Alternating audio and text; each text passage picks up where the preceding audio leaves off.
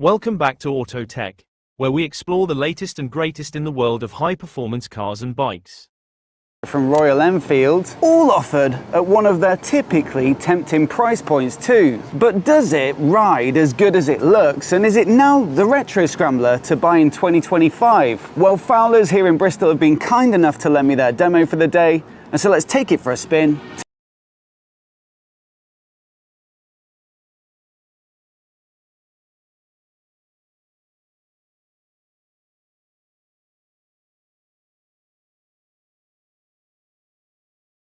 Now, one thing that always has been and always will be very pleasant about these Enfield 650s is the sort of feel that you get from the engine, especially in this retro category where an air-cooled parallel twin gives it the appropriate character and soul. It certainly won't be the most powerful of the bunch at about 47 horsepower peak.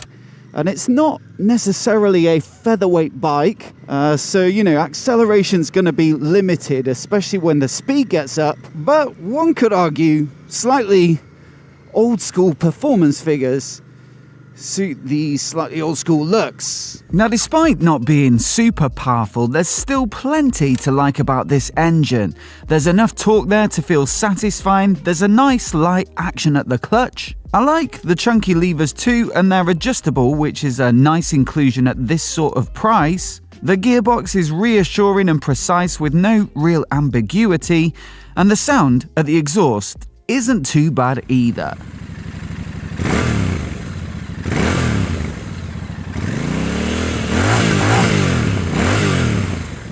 Other 650 Enfields get twin silencers, so one either side, like the Interceptor or the Continental GT or the Shotgun or Super Meteor, whereas this gets a 2-into-1 with one silencer on the right, I guess to give it a bit more of the look, especially with that heat shield, but also they say to save a little bit of weight. And yeah, it does look quite good. It suits the rest of the look of the bike. I guess the only trade-off is you don't get the stereo sound of one of the other 650 Enfields, and it's not especially loud or bassy, but fundamentally a parallel twin with a 270 crank that's air-cooled is always going to have a fairly nice sound to it, and so I'd definitely chalk that up as a positive. Straight away as well, I'm very much liking this slightly more commanding riding position that comes as a result of a bit more length in the suspension in order to make it ever so slightly more off-road capable. The seat height's up at 830mm as opposed to 804 on the Interceptor, and so yeah, you just feel a bit more sat up, and especially in traffic like this or when I was back there, you do get quite an easy view over the cars. The bars, as you'd expect for a Scrambler, are a little bit wider and more sat up perhaps than the Interceptor, and so that kind of helps as well. It keeps you nice and upright. And then you do get some rather chunky, more off-road biased foot pegs that do feel nice and comfy. So I'm about 5'9" or 175 centimeters, and it feels good to me. I can just about get both feet down quite easily as well. But for anyone who's above that height, who's always fancied a 650 Enfield but maybe thought they looked a little small, then this is definitely going to be your best choice of the bunch, with a seat height that's significantly higher than the Interceptor. And then of course the other two, the Super Meteor and the Shotgun, are more like cruiser inspired, so they're even lower.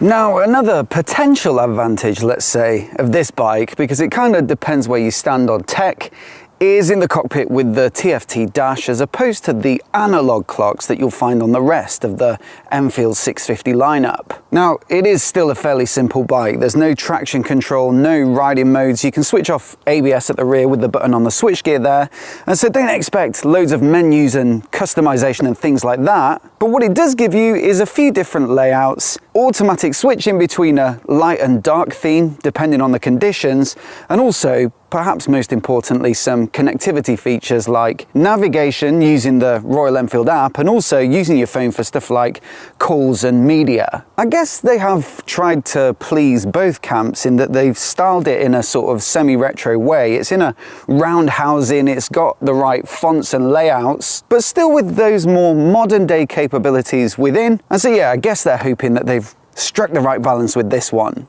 Now, I should add that if you're wanting to take advantage of the connectivity capabilities of this dash, especially with regards to calls and media, then you'll need a comms headset to connect to over Bluetooth, and we'd recommend what we think are the best in the business, and that's Cardo. We use their flagship PackTalk Edge and PackTalk Pro, both of which have excellent audio quality, and their brilliant dynamic mesh communication system, which allows you to pair up to 15 riders in a group with a mile between each, and it's also self-healing, which means you don't have to manually repair if someone drops off the group and then catches back up. On top of that, the PackTalk Pro gets their brilliant new crash detection feature, which can alert an emergency contact if it detects an accident, which I think is a valuable bit of extra reassurance every time you're out on the bike. So do check out the link down in the description below to find out more, and you'll also find down there a discount code specifically for our viewers. So a massive thanks to Cardo for their support and for sponsoring this video and making content like this possible.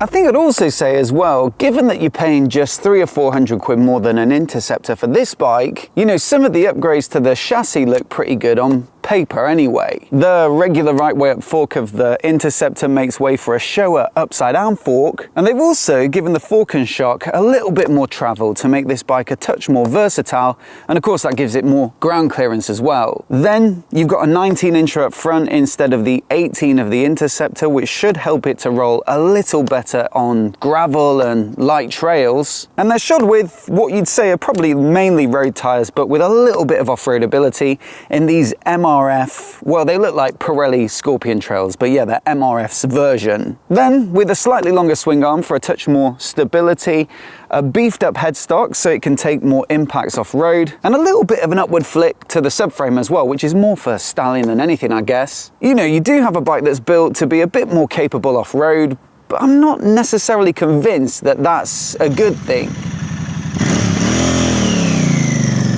You see, thing is with a bike like this is that it's not so off-road focused that I'd be gagging to take it, you know, riding on trails and stuff. It's still fairly weighty. I wouldn't say it's got the best standing position because the bars are a little bit too low. It has more travel and ground clearance than an Interceptor, but still not a huge amount. And so I wouldn't say it's particularly appealing to do that kind of riding with something like this. And I'm sure if you did want to do more serious off-road riding, then Royal Enfield would happily sell you a Himalayan 450, which is way more qualified for the job and designed for a mix of on and off. Now, I wouldn't necessarily say the Bear is a bad handling bike on the road, but it's still a little less snappy, let's say, than either an Interceptor or a Continental GT. The longer swing arm and the bigger front wheel naturally mean it's not as quick to turn, and while the fork feels decent, well, the shocks are extra firm on this bike,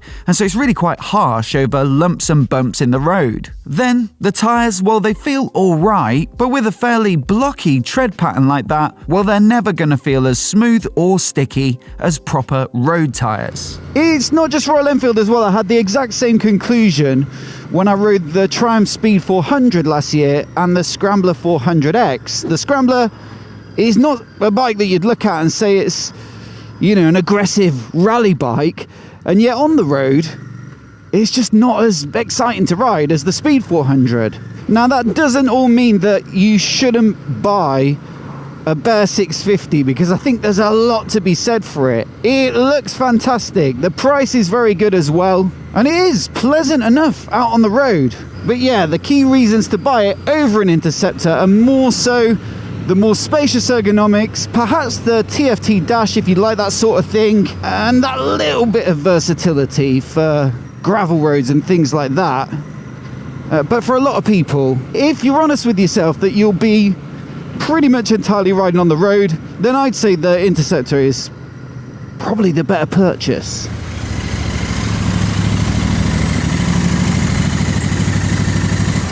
The image of a Scrambler, though, is a large part of its appeal, and I can totally understand why you might overlook some of the compromises on the road to get a bike that you really like the look of. In that case, you're probably not even considering an Interceptor or Continental GT, and a more pressing concern would be whether to go for the bare 650 or pay the extra for the 900 Scrambler from Triumph. Now this one is sold, but you're looking at about $3,000 more for one of these, so they start in the high 9,000s as opposed to the 6,749 of the Enfield. But I will say you're getting a slightly higher level of finish, as you might expect, especially with this Icon edition with the lovely paintwork on the tank there, although you do pay a little bit more still further for that. And of course with this engine being liquid cooled as opposed to air cooled and 900cc as opposed to 650, you've just got that bit more power, so it's more like 65 PS as opposed to the 47. So if you're wanting to do, you know, motorway work and stuff like that,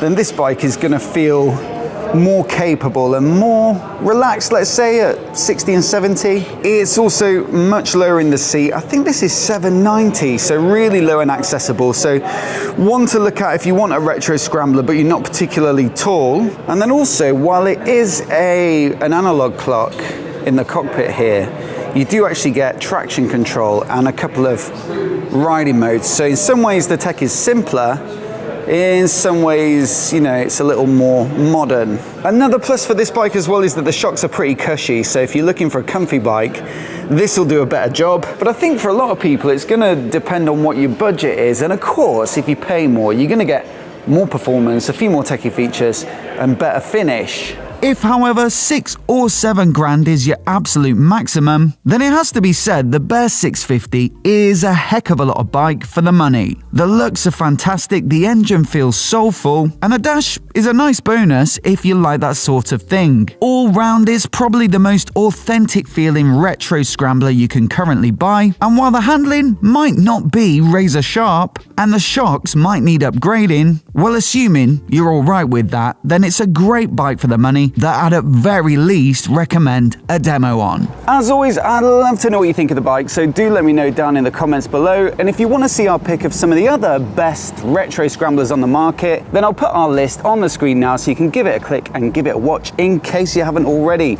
Do hit subscribe for more of the latest motorcycle reviews like this right here.